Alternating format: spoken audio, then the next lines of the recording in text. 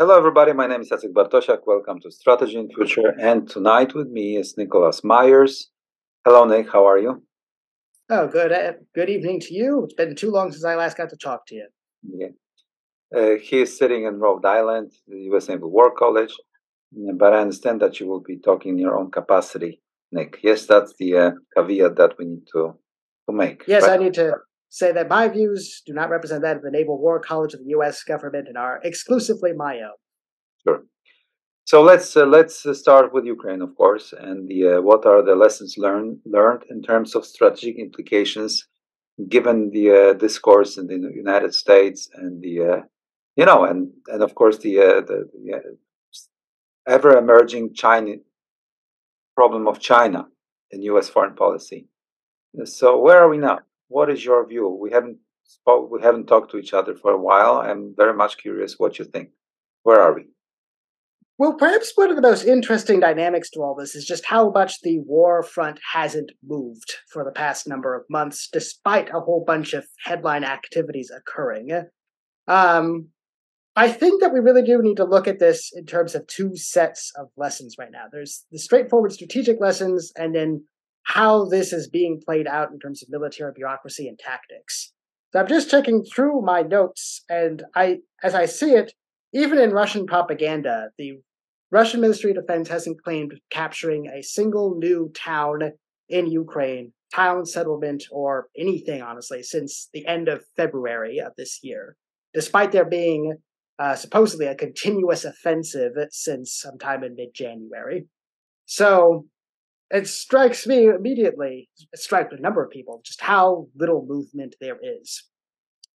On the strategic side, I think that everybody has come away with the conclusion that their basic instincts have been correct so far, which is setting us up for just a very, very long war, which is what I was afraid of right at the beginning. Essentially, the United States and its partners believe that there is, in fact, a way to not get boots on the ground and ultimately force a strategic victory of some form or another.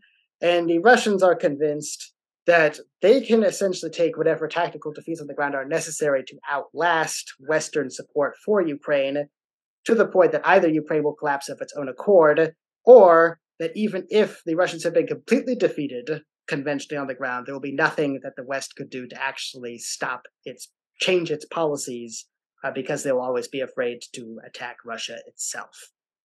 And so long as everybody believes that those strategic imperatives or guidances are correct, I really don't think there is going to be much change to policy on either side.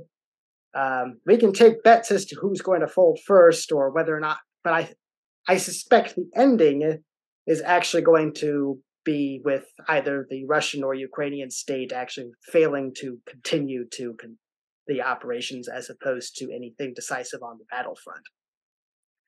On the operational tactical side, what's really incredible is how little learning there seems to be going on all sides. The Ukrainians have learned to do proper combined arms offensives on the field, and that is a big deal. But in my opinion, that's the only big deal that has come out so far. So they should be proud of having learned how to do that. But on the Russian side, there's been no innovation whatsoever. We have seen the limit of the changes I have seen. This is only using open sources, is that more types of units are learning more types of tactics that they had already been practicing before the war.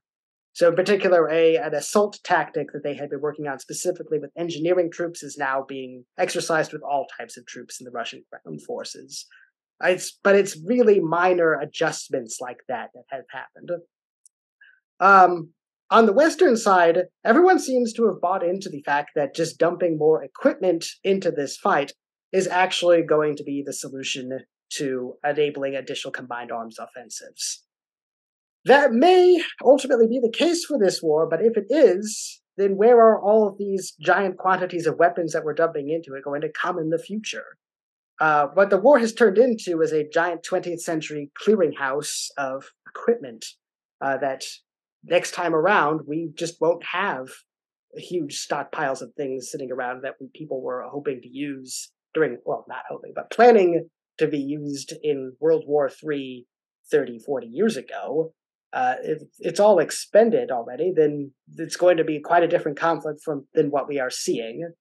So that logic, I think, functions well enough for this war, but it will have to be reimagined already if there's going to be another conflict in the near future, including if the conflict expands from Russia, Ukraine, or if this transitions into a civil war on either side. The last thing I would say at large is that there's been a lot of analogies pulled out about how this war is similar to World War I for all these trench warfare tactics. I think that the actual strategic operational level analogy that's more equivalent here is the U.S. Civil War, which unfortunately puts the Ukrainians in the position of the Confederacy in this scenario, which is unfair to the Ukrainians' political position. But if you think about it, the South in the U.S. Civil War just needed to survive. The North needed to actually defeat its army and occupy it for a very long time in order to reintegrate it into the country. The North ultimately succeeds, in no small part because it is substantially larger by both population and economy than the South was. But they don't do it by just marching and occupying the entire South during the course of the war. They do this by seeking out and eradicating the South's armed forces and finally convincing political elites that it's impossible to continue to resist. And then subsequently, there's an occupation and finally turns into an accommodation in which the South basically gets to continue separate political systems for over a century later before finally, sometime in the late 20th century, you start to see some sort of full-scale legal integration of the country again. I suspect that Russia, with an economy only about 7 times the size of Ukraine's, to judge by pre-war standards, is going to have a substantially harder time defeating Ukraine than the North had defeating the South, and that if they actually wanted to accomplish this, they really do need to stop focusing on territorial holding and focus much more instead on finding ways to destroy the Ukrainian armed forces. But the Russians remain obsessed with they're going to ultimately occupy this country, so they don't want to destroy all of the infrastructure. They mostly just want to demoralize the civilians to believe that there is an alternative path to political life. That is a long answer, but those are the most important implications that I've observed so far. Yeah, what will you tell us about the broader picture of great power competition in Eurasia, role of China, all those pilgrimages of German and French ministers to China, and meetings of Sullivan with the Chinese counterparts, missions of Chinese representatives in the CE region in Europe, and also sending for Chinese foreign minister to Germany and France, and all together, and sort of the being a midwife of the peace process. I'm speaking about the Chinese factor here, and also the policy of sanctions. When I'm reading the interwar period, Article 16 of the League of Nations imposing on Italy, and the fear that the Germany will be also impose sanctions, pushed for continental integration. How do you see all those things playing this time around? Whether we are having a scalable world war already at our hands because of the economic sanctions against Russia and China, or Chinese are just trying to save globalization and playing the European game to sort of cleavage, the European and U.S. interest. What will you say us about it? Well, it's quite a huge question there, Jacek. Yeah, sure. Several different parts. So I think one of the last conversations we had before, I was mentioning that if China suddenly perceives that it was losing money on the international trade scene because they were being rooted into the sanctions regime being placed against the Russians, then we were seriously on a countdown to World War III. Say again, so that I and audience could understand well the logic. This is a hypothetical, which I'm about to say did not come to pass when I was fearing it in our last conversation sometime last year. Yeah. If Beijing perceived that they were going to be losing money in the international trade system, then we were really going to be on a countdown of probably 6 months or so to World War III. Mm-hmm. This has not happened to this point. for a number of reasons. China has not been included in most of the sanctions regimes, at least not yet. China has also not been an especially egregious supporter of the Russian war effort, at least not yet, whereas countries like Iran and North Korea have been. This does firstly raise questions about how does Beijing perceive itself in the world. I think my personal view on this over the past year has been that China is probably substantially less confident in its ability to win a confrontation with the rest of the world than I may have feared a year ago. I don't know that's. I wouldn't remain confident in that in the long term, but it certainly seems that China does not perceive itself as needing to remake the international order in the short term. Perhaps the best exhibit of this is when Xi Jinping visited Moscow shortly after getting his third term. Putin came out very adamantly in their first meeting saying, we're looking forward to helping the Chinese establish the RMB currency as the new global reserve currency. And Xi Jinping had nothing to say about that in particular, but in subsequent speeches that Putin gave about how the meetings went and how it all went wonderfully from his perspective, this particular topic was completely dropped. The final set of agreements they put out included some deals on how to do de-dollarization of the trade, which was something that they were already looking into in the final meeting they had before the operation was launched against Ukraine. You may remember the very short-lived agreement to do trade in gas but from Siberia to China in euros instead of dollars, which was abruptly terminated when it became clear that Russia didn't have access to euros anymore. But they had been attempting to do that for some time. If China wants to start challenging the international order, it's quite clear that Russia and Iran are impatient to help it get started. But, excuse me, but it appears that China does not have the confidence to do that at the moment. I don't know precisely where to look for in terms of what would be the indicator that that's starting to change. I suspect that the Chinese will deliberately keep that obscure. But that does mean that the Europeans are increasing their dialogue with the Chinese specifically because, or at least it's possible because, unlike the Russians who are content to dig themselves into a trench, not negotiate over anything right now, the Chinese do have quite a lot to lose in their own perspective if they suddenly lose access to international markets. So that Europeans perceive that they have some leverage to get the Chinese to put a definitive limit to how much Russia can continue its war against Ukraine.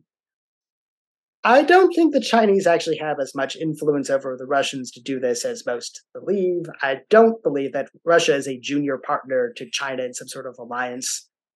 If they are the junior partner in this alliance with China, then China doesn't know it's in an alliance with Russia, in my perspective.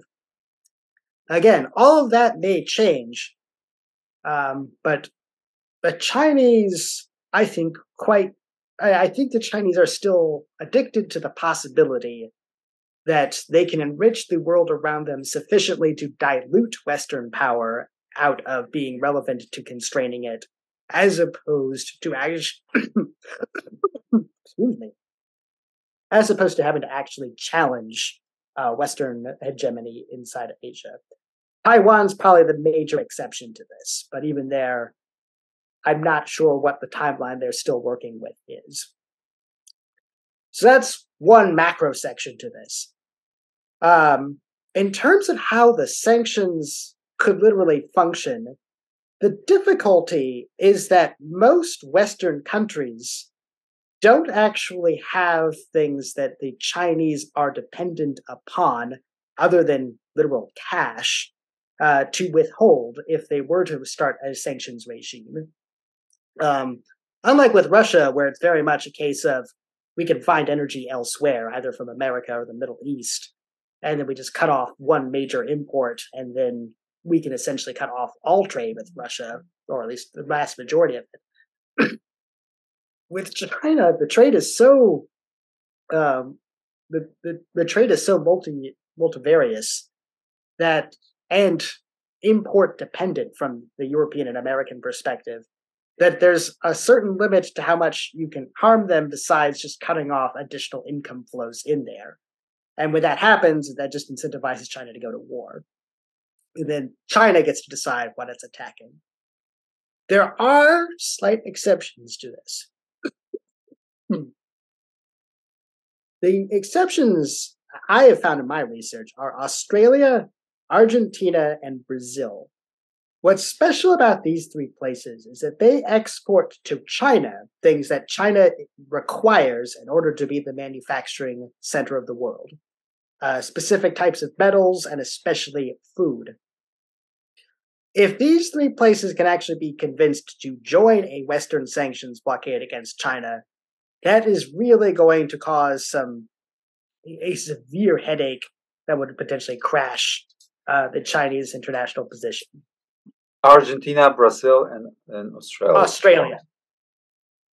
I don't think it's likely that you'd be able to get those three countries on board without the Chinese clearly demonstrating themselves to be in the wrong about something in the international community. But that is where I think the actual leverage lies. And part of why the Chinese went to great lengths to maintain consular and business ties with Australia, even as they had pretty major disputes with the previous government.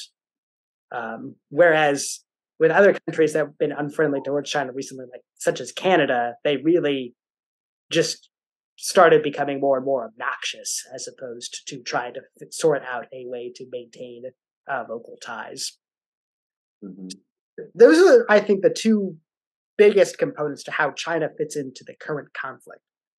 In terms of how it might yet still expand, my suspicion is still that if we were to enter the dark world in which China is going to actively back Russia or take a side on the anti-Western revisionist world, it probably would be a very separate campaign to what the Russians are doing in Taiwan, which may be all the Russians need, which is why I suspect that Russians are not being especially peaceful on that front at the moment. But it's probably too early to tell, since the transition towards that sort of dark world will require specific events to happen. We don't know what specific events those would be. Mm-hmm. And how do you see European powers, Germany and France, behaving in this environment? It's been difficult to get a firm read on what these countries perceive themselves as accomplishing. The most important dynamic that's observable is the ongoing intra-European disputes about what is the nature of the European Union going forward among them.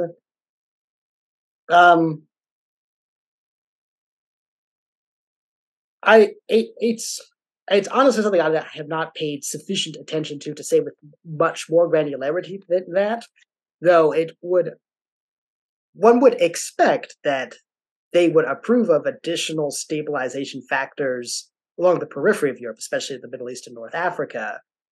But one hasn't seen them changing their policies too dramatically in those places.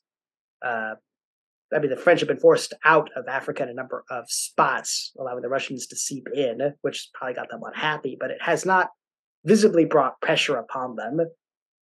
Similarly,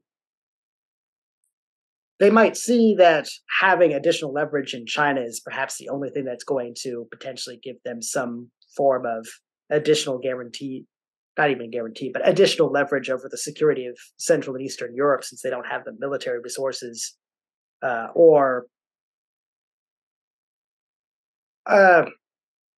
let's say strategic willingness to take on a nuclear armed power with conventional forces directly. So there's certainly a plausible investment in seeking additional security in the Middle East and North Africa, as well as trying to use China as a bulwark against Russia.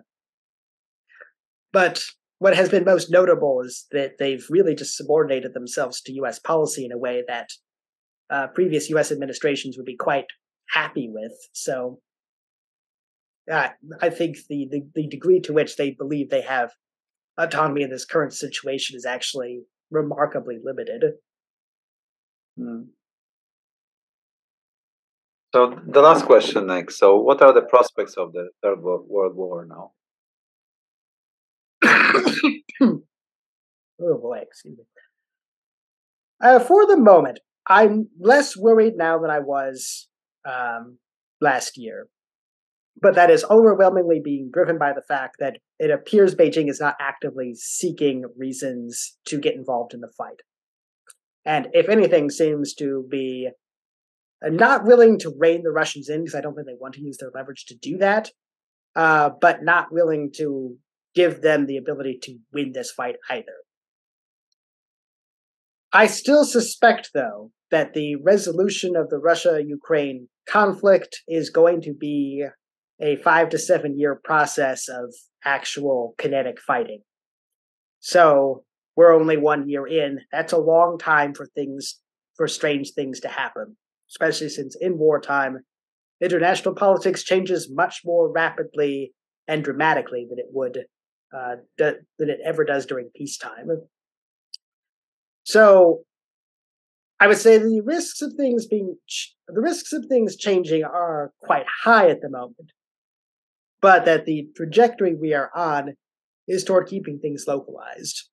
What I would say is a much more worrying prospect is either all of Ukraine becoming essentially a failed state that either the Russians are not able to occupy or the Europeans aren't able to integrate, or the Russians having their own state collapse, and then we need to seriously figure out how to balance what is a sovereign decision out there with how do we secure a whole bunch of weapons, especially nuclear weapons, that we don't necessarily understand what their chain of command is at any given moment.